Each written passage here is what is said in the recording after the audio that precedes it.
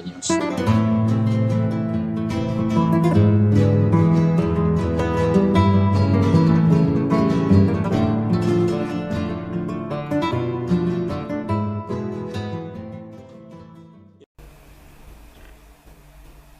El ADN es la molécula orgánica que explica los múltiples orígenes y evoluciones de la vida. Esta manifestación básica y trascendente de la materia y de la energía es lo que permite que se implante o se desarrolle la vida. Recordamos ahora a Fred Hoyle, quien sostenía que la vida es una propiedad de la materia, y agregamos: la vida es tal vez la principal propiedad de la materia organizada. Y bien, esta materia organizada, que llamamos vida, está caracterizada por compuestos muy complejos de carbono, el elemento químico carbono, que es, podríamos decir, el elemento más importante, yo diría milagroso, casi mágico, que se instaló y evolucionó en los diferentes ambientes, macro y microambientes, adaptándose a la intensidad y frecuencia de los flujos de energía que en el fondo constituyen su principal sustento.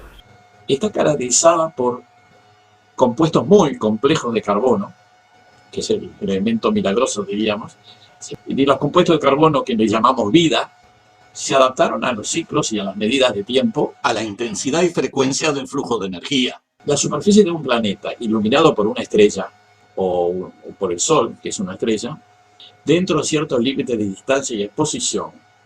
Digo ciertos límites porque si las radiaciones solares son excesivas, por ejemplo debido a altas temperaturas, entonces la vida no puede funcionar. Hay un límite superior para el funcionamiento de los complejos, de los compuestos de carbono que llamamos vida. Cuando las radiaciones son suficientes pero no excesivas, entonces ahí se permite, digamos, y se alimenta la posibilidad de que la vida crezca y se desarrolle en la superficie de los planetas. En estos casos puede haber mucha energía disponible, los procesos biológicos se aceleran y los tiempos se acortan a años, a días o a horas. Es el caso de la superficie de la Tierra donde vivimos nosotros. Los procesos biológicos son rápidos y se miden en lapsos de tiempo muy cortos. A mayor distancia, las temperaturas bajan y pueden bajar demasiado, tanto que impiden la actividad de los organismos vivos en la superficie planetaria. Aunque pueden existir esporas u otras formas de vida latente, esperando la ocasión de germinar, la vida no puede funcionar si las temperaturas son, por ejemplo, de 180 grados bajo cero, 200 grados bajo cero. Pero en el interior de los planetas, por debajo de la superficie, pueden haber organismos que no dependan directamente de la energía del Sol y en lugares donde la temperatura no es tan baja ni tan alta y estén sometidos a procesos dentro de los materiales rocosos que constituyen las cortezas planetarias o equivalentes.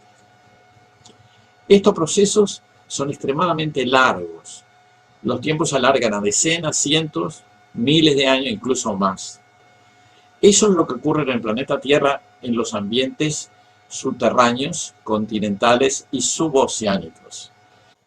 A varios cientos de metros e incluso kilómetros de profundidad, tanto en los continentes como en los sedimentos oceánicos, tienen un escasísimo flujo energético que lleva a que se reproduzcan en periodos extremadamente largos, tan largos que son casi imposibles de medir. Son bacterias que viven en la profundidad que Thomas Gold denominaba, el geofísico austríaco, denominaba hipertermobacterias, que se alimentan de metano y otros hidrocarburos, oxidándolos, incrementando el porcentaje de carbono, y en los cuerpos planetarios pequeños, asteroides y cometas, estos microorganismos pueden quedar en estado de latencia o con procesos vitales que se pueden medir en cientos de miles o millones de años.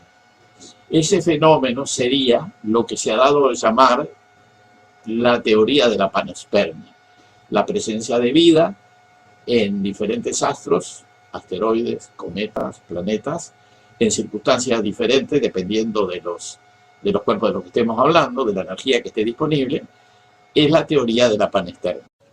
En la Tierra, las bacterias pueden tener ritmos vitales cientos de miles de veces más rápidos que lo que puede haber para las bacterias que se encuentran en profundidad. Porque los consumos de energía en la superficie pueden ser miles de millones de veces mayores que los consumos de energía que requieren las bacterias ultraprofundas de los sedimentos oceánicos. Se han medido de alguna manera y se puede decir que las bacterias que habitan, por ejemplo, la garganta humana, requieren aproximadamente 10 a la menos 10 vatios de energía para sobrevivir un día. Pero las ultraprofundas requieren 1.000 millones de veces menos. Una bacteria ultraprofunda, para sobrevivir un día, requiere 10 a la menos 21 watts. Hay que olvidar que los cuerpos humanos necesitan 100 watts para sobrevivir. Y cuando decimos que una bacteria sobrevive con 10 a la menos 10 watts, quiere decir que es una bacteria. Nosotros estamos constituidos por miles de millones de células, incluyendo muchísimas bacterias que también están dentro nuestro. Todo eso lleva a 100 vatios o watts, que es lo que se considera, se evalúa para un ser humano promedio. Los organismos que viven en profundidad no utilizan la energía del sol, como las bacterias que viven en la superficie. Las bacterias que viven en la superficie utilizan directa o indirectamente la energía del sol. Para empezar, a través de la fotosíntesis, como las cianobacterias, o indirectamente a través de procesos de descomposición biológica y química o parasitaria, como el caso de los seres humanos. La fuente de energía de las bacterias del sur, la superficie del planeta, depende de los ciclos de variaciones diurnas y anuales, con periodos de tiempo muy rápidos a lo que los organismos han debido adaptarse. En la biosfera profunda, donde la situación es de una enorme estabilidad, hay un flujo de energía, pero es tan pequeño que solo permite que las bacterias se reproduzcan al cabo de muchos años. En los estudios que se han hecho, no se ha logrado observar la reproducción de estas bacterias. Estaban vivas, pero no se reproducían porque su ritmo está pensado o está adaptado a una extraordinaria estabilidad en las profundidades.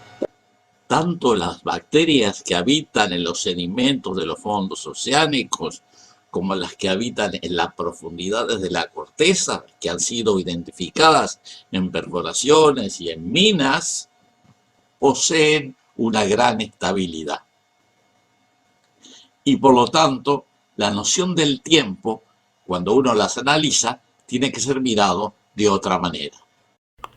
Es en ese marco temporal y metabólico que hay que considerar las células, que hay que considerar el ADN de los animales y de las plantas y de los microorganismos.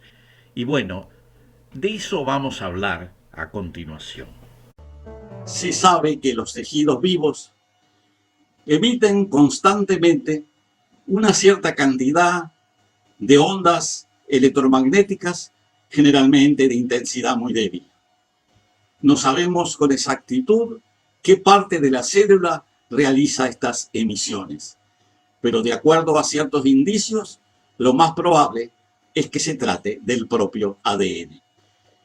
El ADN, o ácido desoxirribonucleico, que es la molécula orgánica por excelencia, está compuesto por una larguísima cadena helicoidal doble de bases. Una parte pequeña de esta cadena, alrededor de un 3%, contiene información genética que permite replicar células, tejidos y organismos o construir proteínas. El resto, a veces llamado irrespetuosamente ADN basura o junk DNA por algunos geneticistas, según Arby debería llamarse ADN misterio, está formado por repeticiones cíclicas de secuencias de bases que no parecen tener sentido.